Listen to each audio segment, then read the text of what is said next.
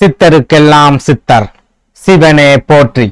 நம்மளோட பதிவுகள்ல இதுவரைக்கும் 12 ராசிகளுக்குமான வைகாசி மாத ராசி பலன்களை பார்த்துட்டு வந்தோம். இனி வரக்கூடிய பதிவுகள்ல 12 ராசிகளுக்குமான ஜூன் மாத ராசி பலன்களை பார்க்க இருக்கிறோம்.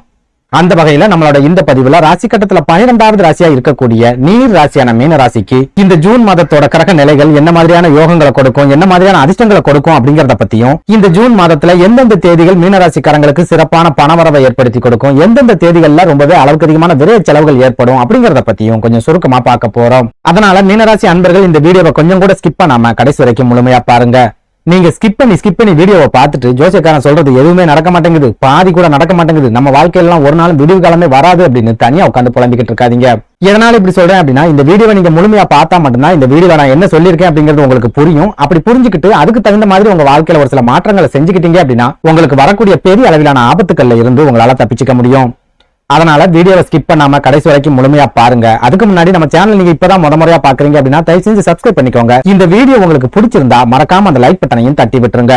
அதை விட முக்கியமா உங்களை மாதிரியே அதிர்ஷ்டமே இல்லாத ஒரு வாழ்க்கையை வாழ்ந்துட்டு வரக்கூடிய மீனராசிக்காரங்க உங்க நட்பு வட்டாரத்திலேயோ அல்லது சொந்த பந்தத்திலேயே இருக்காங்க அப்படின்னா அவங்களுக்கு இந்த வீடியோவை மறக்காம ஷேர் பண்ணி விட்டுருங்க. மீனராசியை பொறுத்த வரைக்கும் கடந்த 4 வருஷங்கள் இவங்க வாழ்க்கையில அனுபவிக்க கூடாத வேதனைகள் எல்லாம் அனுபவிச்சுட்டு வராங்க அப்படின்னு சொல்லலாம். இதுலயும் முக்கியமா பெரும்பாலான மீனராசிக்காரங்க கடந்த 4 வருஷமா கண்டிப்பா கடன் சம்பந்தமான பிரச்சனைகள்ல சிக்கி இருப்பாங்க. உத்தியோகத்துல இருக்கிற மீனராசிக்காரங்க வேலை இழப்புகளை சந்திச்சிருப்பாங்க, நிறைய பண இழப்புகளை சந்திச்சிருப்பாங்க, திடீர் பண நெருக்கடிகள் அப்படிங்கறதையும் சந்திச்சிருப்பாங்க. ஒரு சில மீனராசிக்காரங்க நெருக்கடிகள் அதிகரிச்ச காரணத்தால சொந்த ஊர்ல வாழ முடியாம வெளியூர்களுக்கு போக வேண்டிய ஒரு சூழலை சந்திச்சிருப்பாங்க. இது எல்லாத்தையும் விட முக்கியமா இவங்களோட உடல் ஆரோக்கியத்திலையும் பெரிய அளவிலான பாதிப்புகளை கடந்த 4 வருஷத்துல கட்டாயமா சந்திச்சிருப்பாங்க. ஒரு சில மீனராசிக்காரங்க திடீர் விபத்துக்களை சந்திச்சு அது மூலமா நிறைய மருத்துவ செலவுகளையும் சந்திச்சிருப்பாங்க.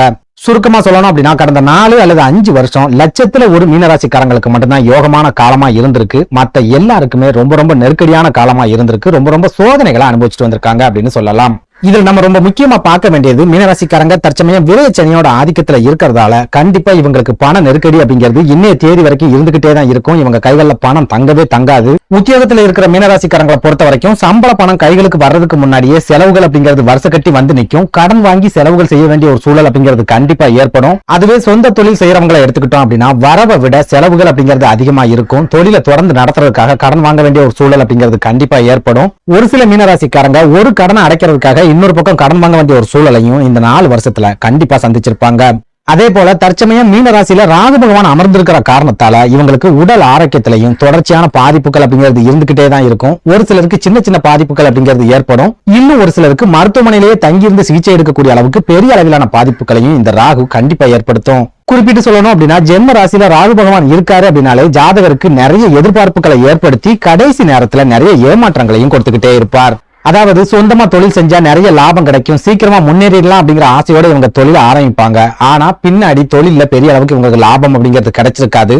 ஒரு சில மீனராசிக்காரங்க தொழிலை தொடர்ந்து நடத்த முடியாம கைவிட்டுட்டு போக வேண்டிய ஒரு சூழல் அப்படிங்கிறது ஏற்பட்டிருக்கும். இன்னும் ஒரு சிலர் கடன் வாங்கி தொழிலை தொடர்ந்து நடத்த வேண்டிய ஒரு சூழல் அப்படிங்கிறது இருக்கும். இது கூடவே ஜென்ம ராசியில இருக்கிற ராகு சொந்த பந்தங்கள் மூலமாவும் நிறைய நெருக்கடிகள் அப்படிங்கறத மீனராசிக்காரங்களுக்கு கண்டிப்பா ஏற்படுத்தி இருக்கும். அதாவது ஒரு சில மீனராசிக்காரங்க சொந்த பந்தங்கள் மூலமா நிறைய நம்பிக்கை துரோகங்களை சந்திச்சிருப்பாங்க, திடீர் பண இழப்புகள் அப்படிங்கறத சந்திச்சிருப்பாங்க, ஒரு சிலர் அவமானங்களையும் சந்திச்சிருப்பாங்க. இது எல்லாத்தையும் விட முக்கியமா ஒரு சில மீனராசிக்காரங்க ரத்த சொந்தங்கள் அப்படின்னு சொல்லக்கூடிய தம்பி தங்கைகள் மூலமா கூட கடந்த 4 வருஷத்துல நிறைய ஏமாற்றங்கள் அவமானங்களையும் கண்டிப்பா சந்திச்சிருப்பாங்க.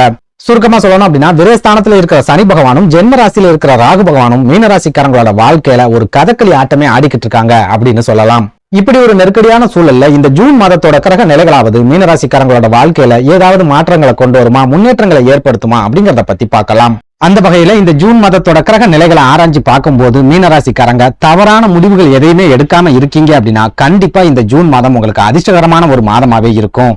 அதாவது அவசரப்பட்டு எந்த விதமான முடிவுகளையும் எடுக்காம ரொம்பவே யோசிச்சு நிதானமா பொறுமையா முடிவுகளை எடுக்கீங்க அப்படின்னா இந்த ஜூன் மாசத்துல ஒரு சில யோகங்கள் அப்படிங்கிறது உங்களுக்கு கட்டாயமா கிடைக்கும். அதுலயும் குறிப்பா இந்த ஜூன் மாதத்துல உங்க ராசிக்கு அதிபதியான குரு பகவானோட இணைஞ்சி சூரியன், புதன், சுக்கிரன் அப்படின்னு 4 கிரகங்கள் உங்க ராசிக்கு 3வது வீடான முயற்சி ஸ்தானத்துல சஞ்சாரம் பண்றாங்க. முயற்சி ஸ்தானத்துல ஏதாவது ஒரு கிரகம் இருக்குது அப்படின்னாலே நீங்க எடுக்கக்கூடிய முயற்சிகளுக்கு வெற்றிகள் அப்படிங்கிறது கண்டிப்பா கிடைக்கும். அப்படி இருக்கும்போது இந்த ஜூன் மாசத்துல 4 கிரகங்கள் முயற்சி ஸ்தானத்துல இருக்கிறதால நீங்க எந்த ஒரு முயற்சி எடுத்தாலும் உங்களுக்கு கண்டிப்பா வெற்றிகள் அப்படிங்கிறது கிடைக்கும். குறிப்பிட்டு சொல்லணும் அப்படின்னா படிச்சுட்டு வேலை தேடிக்கிட்டு இருக்கிற மீனராசிக்காரங்க இந்த ஜூன் மாசத்துல வேலையில சேரக்கூடிய ஒரு அமைப்பு அப்படிங்கறத இந்த கிரக சேர்க்கை உருவாக்கி கொடுக்கும். இருக்கும். சொந்த தொழில் செய்யறவங்களுக்கு தொழில் முன்னேற்றம் அப்படிங்கறத ஏற்படுத்தி கொடுக்கும். தொழில நீங்க எந்த அளவுக்கு கஷ்டப்பட்டு உழைக்கிறீங்களோ அந்த அளவுக்கு வருமானம் அப்படிங்கறதும் கண்டிப்பா இந்த ஜூன் மாசத்துல கிடைக்கும்.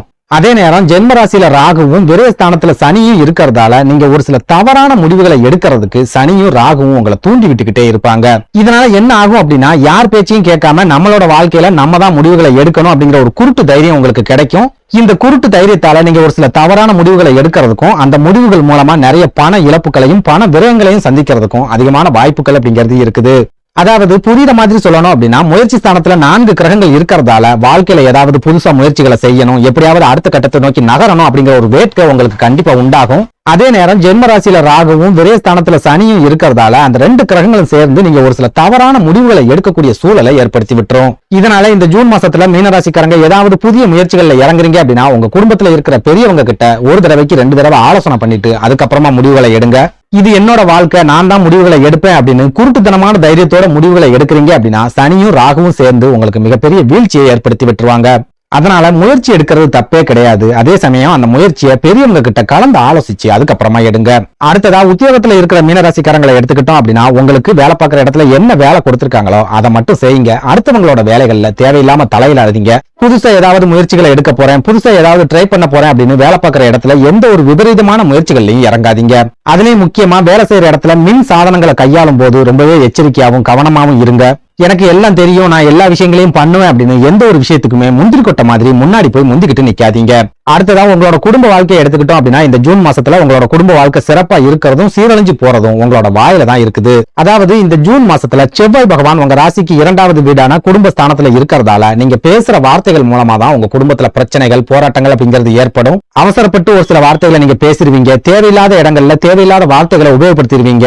யார்கிட்ட எல்லாம் கோபப்படவே கூடாதா அவங்க கிட்ட எல்லாம் கோபப்படுவீங்க. இந்த மாதிரியான கோபத்தாலேயே உங்க குடும்ப வாழ்க்கையில ஒரு சில பிரச்சனைகள் போராட்டங்கள் அப்படிங்கிறது கண்டிப்பா ஏற்படும். அதனால மீனராசிக்காரங்க உங்களோட குடும்ப வாழ்க்கை மகிழ்ச்சியா இருக்கணும் அப்படின்னு நினைச்சீங்கன்னா, இந்த ஜூன் மாசத்துல தேவையில்லாத பேச்சுக்களை முழுமையா குறைச்சுக்கோங்க. குடும்பத்திலே இருந்தாலும் சரி அல்லது வெளி இடங்கள்ல இருந்தாலும் சரி, நீங்க பேசக்கூடிய வார்த்தைகளை ஒரு தடவைக்கு 2 தடவை யோசிச்சு பேசுங்க, நிதானமா பேசுங்க. யார்கிட்டையும் தேவையில்லாம கோவப்படாதீங்க. ஏன்னா 2வது வீட்டுல இருக்கிற செவ்வாய் பகவான் உங்களுக்கு திடீர் கோபத்தை ஏற்படுத்துவார், உணர்ச்சி வசப்படக்கூடிய ஒரு சூழலை ஏற்படுத்துவார். எந்த ஒரு விஷயத்தையுமே எடுத்த உடனே செஞ்சு முடிச்சிடணும் அப்படிங்கிற ஒரு வேகத்தையும் செவ்வாய் பகவான் ஏற்படுத்துவார். இந்த வேகத்தால உங்களுக்கு சுறுசுறுப்பு கிடைக்கும் அப்படின்னாலும் ஒரு சில நேரங்கள்ல இந்த வேகம் திடீர் நஷ்டங்களையும் ஏற்படுத்தி விட்டுரும். அதனால வேகமா இருக்கிறத விட விவேகமா இருக்கிறதுக்கு முயற்சி பண்ணுங்க, நிதானமா இருங்க, பொறுமையா இருந்துக்கோங்க. அடுத்ததா உங்களோட தனிப்பட்ட குடும்ப வாழ்க்கையை பொறுத்த வரைக்கும் ஜென்ம ராசியில ராகுவும் கலத்திரஸ்தானத்துல கேதுவும் இருக்கிறதால குடும்ப வாழ்க்கையில எப்படியும் ஒரு பதற்றம் அப்படிங்கிறது இருந்துகிட்டே தான் இருக்கும். உங்க வாழ்க்கை துணை உங்களை பத்தி முழுமையா புரிஞ்சுக்க மாட்டாங்க, ஏட்டிக்கு போட்டியா தான் பேசுவாங்க, எதுக்கு எடுத்தாலும் சண்டை தான் போடுவாங்க.